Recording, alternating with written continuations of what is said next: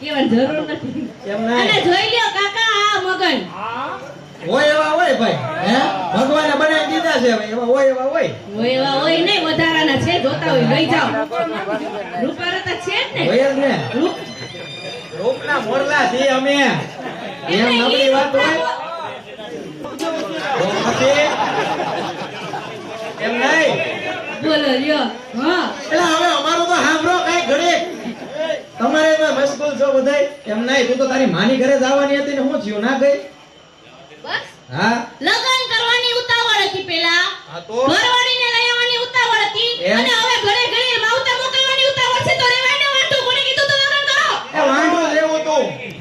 વાંઢું જ રહેવું તું, પણ આ બધું મારા બાપાને લીધે થયું છે. હાથે ચડીને ઘોડિયા ચડીને પરણાવ્યા હતા. મેં કીધું તો પરણાવજો. હું જેતુનો ઘોડિયા છેડો ને તેતુનો ગોટાળે સડી ગયો છું. એ હું નહીં, આમાંથી ઘણાય સડી ગયા ગોટાળે.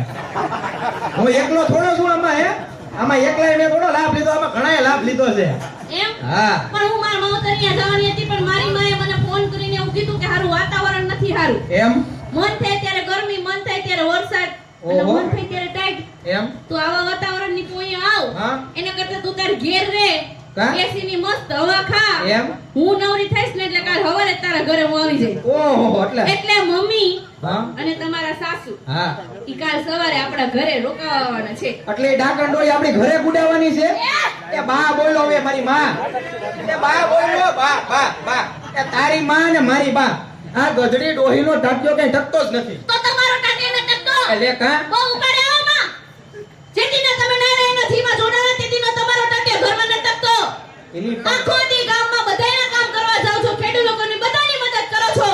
કોઈ દી મારા ઘરમાં મારી મદદ કરાઈ નહીં. પણ હવે અમારે કોઈ દી ઠામડા ભરાઈમાં. આ તો ભાઈ ઉપાડે એવી છે, પણ મારી વાત તો સાંભળ. બાજરો કાલનો થઈ ગયો એ સાચું છે. ઓ આઈ દે રોટલા નહીં બને બાપા. હા ભાઈ, અમારે છે ને કામ જ એવું કરવાનું હોય. શું? અમારે કામ શું કરવાનું હોય કે ગામો ગામ જવાનું હોય ને ખેડૂત ભરોને છે ને અમારે આ નાયરા એનર્જી દ્વારા છે ને માફત જોડવાના હોય FPO માં.